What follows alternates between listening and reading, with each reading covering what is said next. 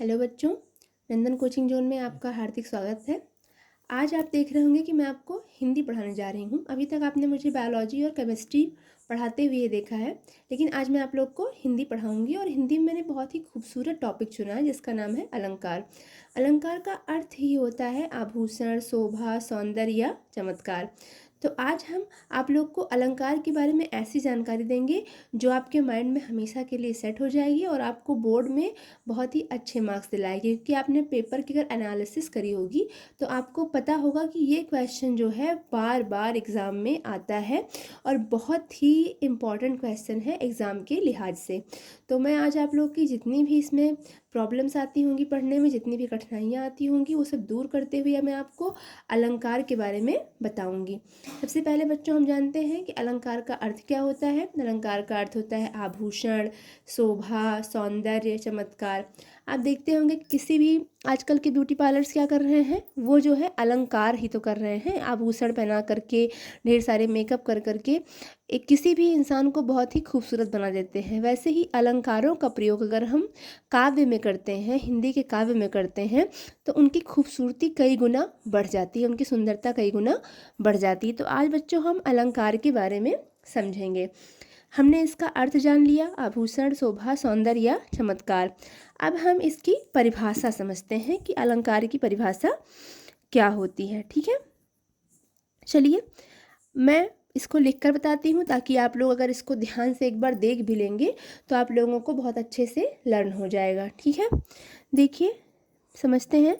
जहाँ किसी काव्य या वाक्य की जहाँ किसी काव्य या वाक्य की शोभा शब्द या अर्थ द्वारा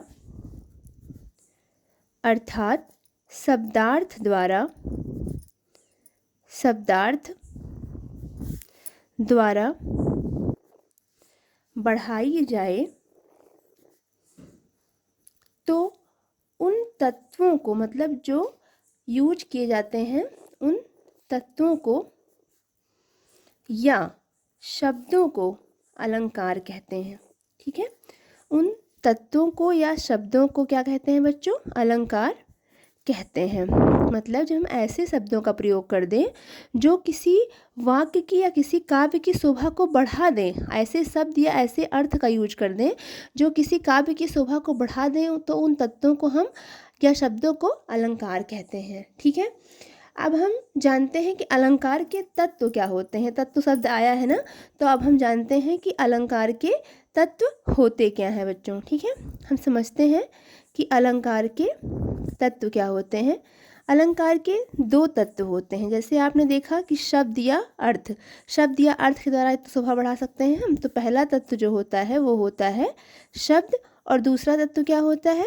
अर्थ होता है। ठीक है, अब हम समझते हैं कि अलंकार के भेद क्या होते हैं। ठीक है, अलंकार के तत्व समझा, तत्व समझते हैं। इंग्रेडिएंट्स, जैसे हम कोई चीज़ बनाते हैं तो उसकी सामग्री पढ़ते हैं ना, तो वैसे ही है अलंकार की सामग्री का क्या क्या है। अलंकार की सामग्री या इंग्रेडिएंट्स होते हैं शब्द और अर्थ। अब अलंकार के हम भेद जानते हैं। ठीक है, जैसे कि इसके तत्व होते हैं शब्द और अर्थ, तो इसी के आधार पे जो होता है अलंकार के 2 या 3 भेद होते हैं। पहली बात तो जान लीजिए, पहला होता है तत्व के आधार पर, इसका पहला होता है शब्दालंकार। ठीक है बच्चों, ये होता है शब्दालंकार, और दूसरा होता है इस वाले तत्व यानी कि अर्थ तत्व के आधार पर अर्था अलंकार। ठीक है, अर्थालंकार और शब्दालंकार, इसको हम इस प्रकार से भी लिख सकते हैं, अर्थालंकार और शब्द अलंकार। एक तीसरा भी आता है जिसका वर्णन ज़्यादा तो नहीं मिलता है, बट कभी कभी इसका वर्णन मिल जाता है। इसका नाम होता है उभयालंकार। ठीक है, तो अलंकार के 2 या 3 भेद होते हैं, शब्दालंकार, अर्थालंकार या और तीसरा होता है उभयालंकार। इतना हमने समझ लिया। अब मैं आपको बताऊं कि अलंकार के ऊपर ना बहुत सारे ग्रंथ भी लिखे गए हैं। सोचिए, जो चीज़ शोभा बढ़ा देती है, सुंदरता बढ़ा देती है, उसके बारे में तो ग्रंथ लिखे जाने ही चाहिए। तो अलंकार के बारे में बहुत सारे ग्रंथ लिखे गए हैं। अलंकार से संबंधित ग्रंथ कौन कौन से हैं ये हम जानते हैं। ठीक है, कि अलंकार संबंधित ग्रंथ कौन कौन से हैं। देखो, तीन जो है ऐसे मुनि थे, तीन ऐसे रस शास्त्री थे जिन्होंने अलंकार के बारे में ग्रंथ लिखे हैं। उनमें पहला नाम है भामा, ठीक है, दूसरा नाम है मम्मट और तीसरा नाम है विश्वनाथ। इन लोगों ने जो है, इन महान विभूतियों ने अलंकार के अच्छे से समझाने के लिए कुछ ग्रंथों का प्रतिपादन कर दिया है। वे ग्रंथ कौन कौन से हैं? भामा ने लिखा काव्यालंकार, ठीक है, भामा ने क्या लिखा? काव्यालंकार लिखा। और मम्मट ने लिखा काव्य प्रकाश। मम्मट ने क्या लिखा बच्चों? काव्य प्रकाश। और विश्वनाथ ने लिखा साहित्य दर्पण। विश्वनाथ ने क्या लिखा? साहित्य दर्पण। और एक बार बताऊं इनके बारे में कि विश्वनाथ को अलंकार शास्त्री भी कहते हैं। विश्वनाथ को अलंकार शास्त्री भी कहते हैं, ठीक है, विश्वनाथ को अलंकार शास्त्री भी कहते हैं। तो आज हम लोगों ने जान लिया है कि अलंकार क्या है। अलंकार ऐसे तत्व होते हैं जो वाक्य की शोभा बढ़ाते हैं। कैसे? शब्द या अर्थ के द्वारा। अलंकार के दो तत्व होते हैं, शब्द और अर्थ। इसी के आधार पर अलंकार के 2 या 3 भेद भी होते हैं। शब्द के आधार पर शब्दालंकार और अर्थ के आधार पर अर्थालंकार। एक तीसरा होता है कौन सा? उभयालंकार। अलंकार संबंधित ग्रंथ कौन कौन से हैं बच्चों?